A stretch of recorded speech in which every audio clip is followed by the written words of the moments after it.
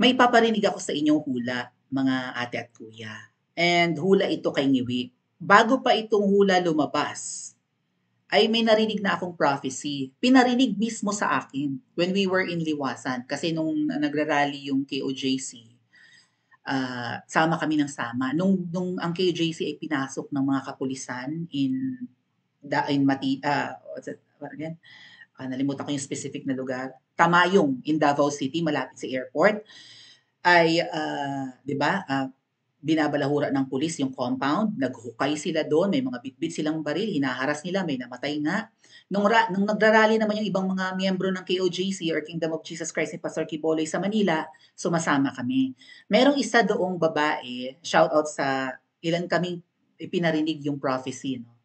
So it was recorded on a phone, and then yung nagsasalita ay magaling na gano'n niya, parang meron siyang kakayahan na if not manghula, ay lahat ng sinasabi niya ay nagkakatotoo eventually.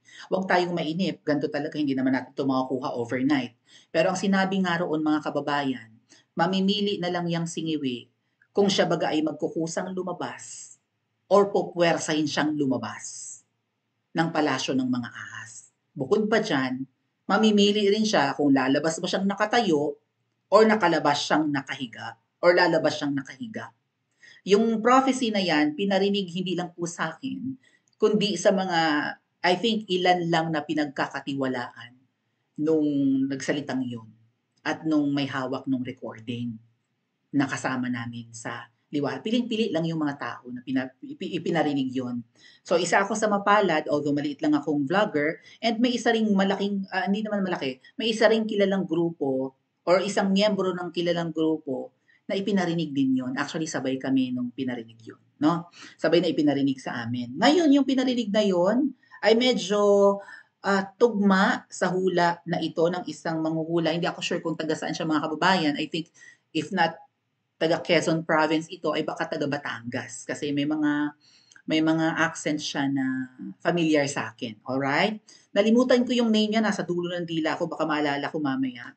Pero ilang beses ko na rin itong narinig na nagbasa ng kanyang tarot cards, and medyo tumutugma yung kanyang mga sinabi. Ano po? Familiar ba kayo dito, mga kababayan?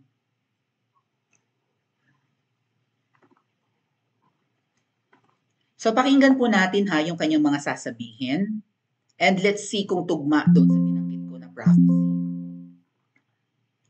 Ito po ngayon ang nararamdaman ng ating President Bongbong Marcos. Kung napapansin niyo po, ang puso niya. Ayan.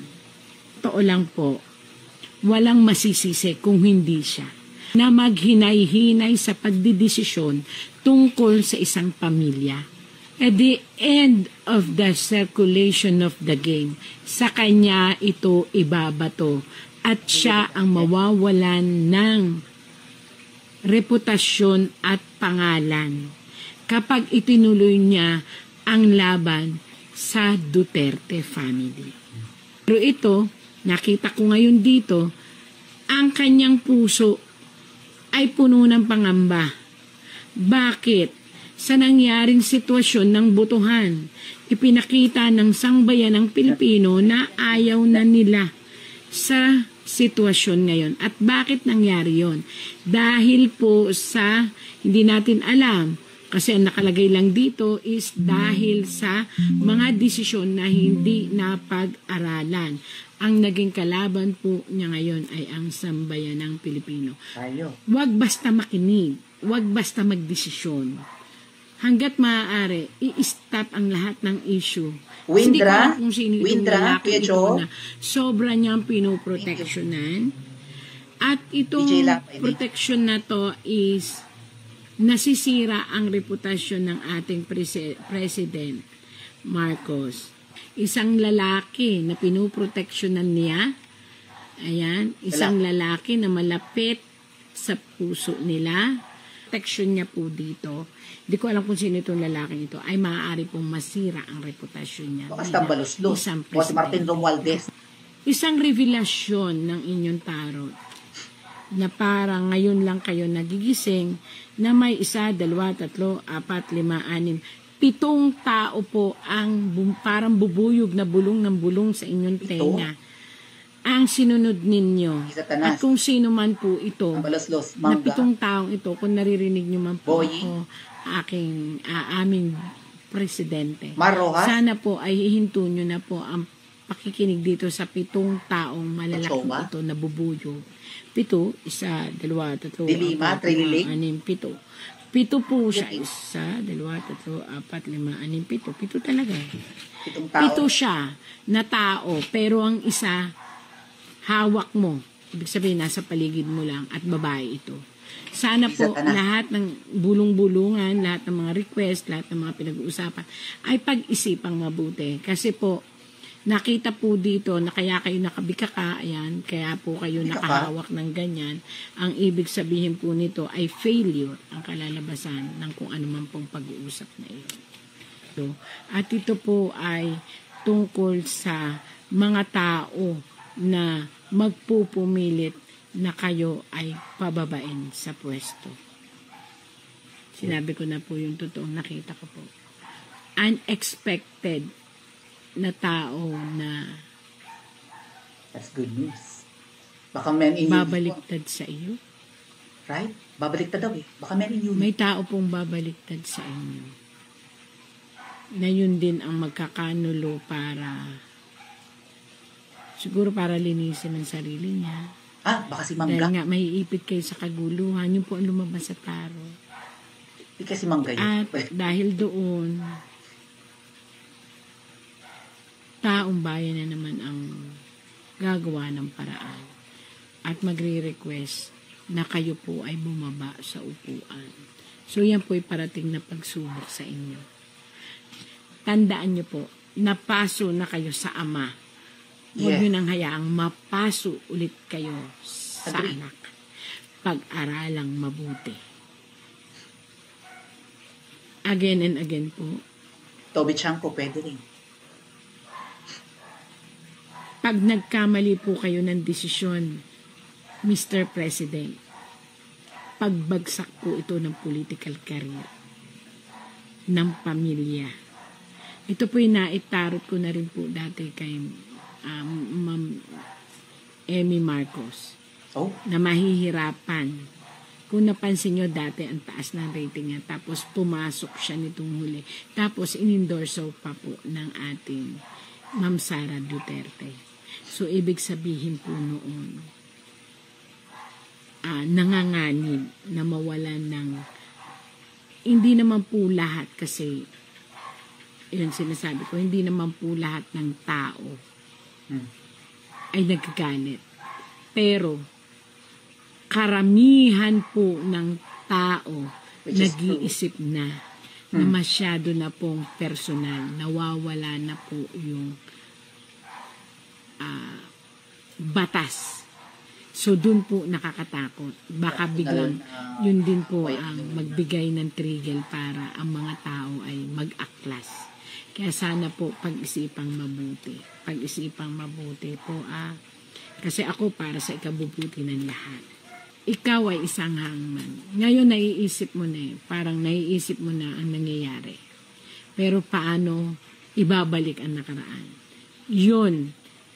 True, siguro, wala, irreversible. wag na nga ulit humawak ng mainit na bagay pagdating dyan sa case ng mga Duterte. Babae sa family ang Babae lang. sana pagsabihan din na mag-slow down ng mga desisyon. Si Satanas. Kasi ang mga decision making na gagawin for this year ay struggle. So, ibig sabihin, kung ano man ang desisyon at ano man ang mangyayaring gawain ninyo, kayo po ay mapupunta sa isang negative position of life. Ibig sabihin noon, kung makikita nyo po, may evil. Ibig sabihin, lahat ng desisyon na gagawain ninyo na hindi talaga pag-iisipan at lalo na't mapapansin ng taong bayan ay pagbagsak po ng political career ninyo. Ayan po. Marami po ang nag-iisip na ito po na magsama-sama para po lumapit sa inyo at hilingin na ihinto na ang anumang bagay tungkol Baka may sa kaguluhan para po hindi na tumuloy-tuloy ang dilema ng emosyon ng mga sambayan ng Pilipino. At nakalagay po kasi dito, pag hindi nyo nagawa ng paraan, ang taong bayan ay magiging isang anino. Pag sinabi pong anino, sumusunod, pero maaaring yung pagsunod na yon ay kunwari lamang, tapos maging cause ng big problem ninyo. So, yun po ang sabi. Kalungkutan.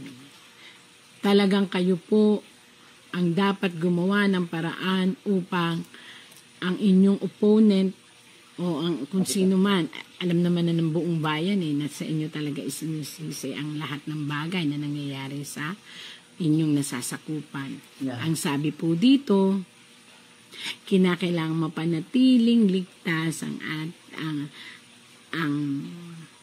Tatay Digong sa ICC o sa anuman upang hindi dumating ang panahon, lahat na naman ang mangyayari ay sa inyo po Pag nagkasakit si PRRD doon or So, hindi na po sabi ng tarot, kailangan maging safe si Tatay Digong o ang mga family Duterte kasi lahat po ng mangyayari ay sa inyo isisisi ng taong bayan.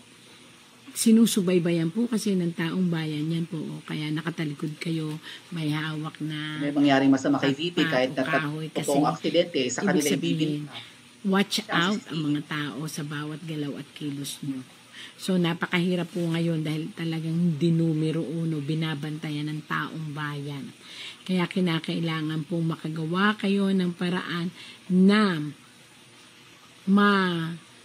mailabas ang hinihiling ng taong bayan.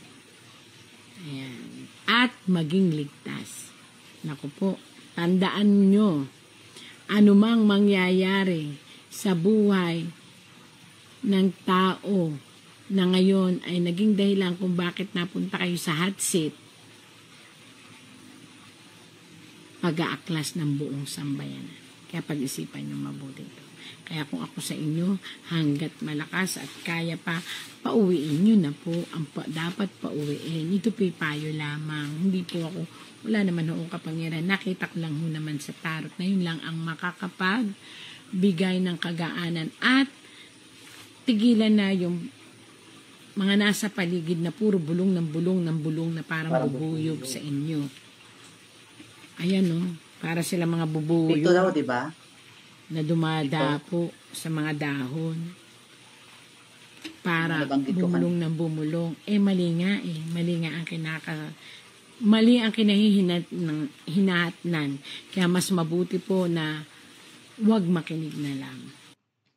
Saka mga kababayan, kung may binanggit siyang 7 bulong ng bulong, di ba? Or mga taong nagdidikta sa kanya. Threat po sa men in uniform ang paglakas ulit ng mga makakaliwa, di ba? Mukhang hawak na ng makakaliwa si Iwi through Tamba. Si Tamba at ang mga makakaliwa ang nanguna para ma-impeach si VP Sara. Kung lumalakas ang makakaliwa ngayon na pinahina na nga ni Pangulong Duterte, sino ba yung unang sumasabak sa labanan para tuwing may inkwentro sa makakaliwa? Di ba men in uniform? So alam nila na sa ganitong klase ng pamumuno ay delikado ang buhay nila, hindi lang buhay natin. Sila yung unang susuong sa labanan sa mga NPA na yan Di ba? Tapos lumalakas ngayon. So papunta po talaga sa matinding gulo itong pinaggagawa ng pamilya ni Ngiwi. Tama? Pa-comment nga po sa comment section at mag-like at subscribe din po kayo. Pindutin yung bell icon ha para every time na nag-live ako ay may notification kayo marireceive on YouTube. So kayo mga kababayan, tatanungin ko kayo, ano ang gusto ninyong paglabas ni Niwit sa palasyo? Nakahiga o nakatayo?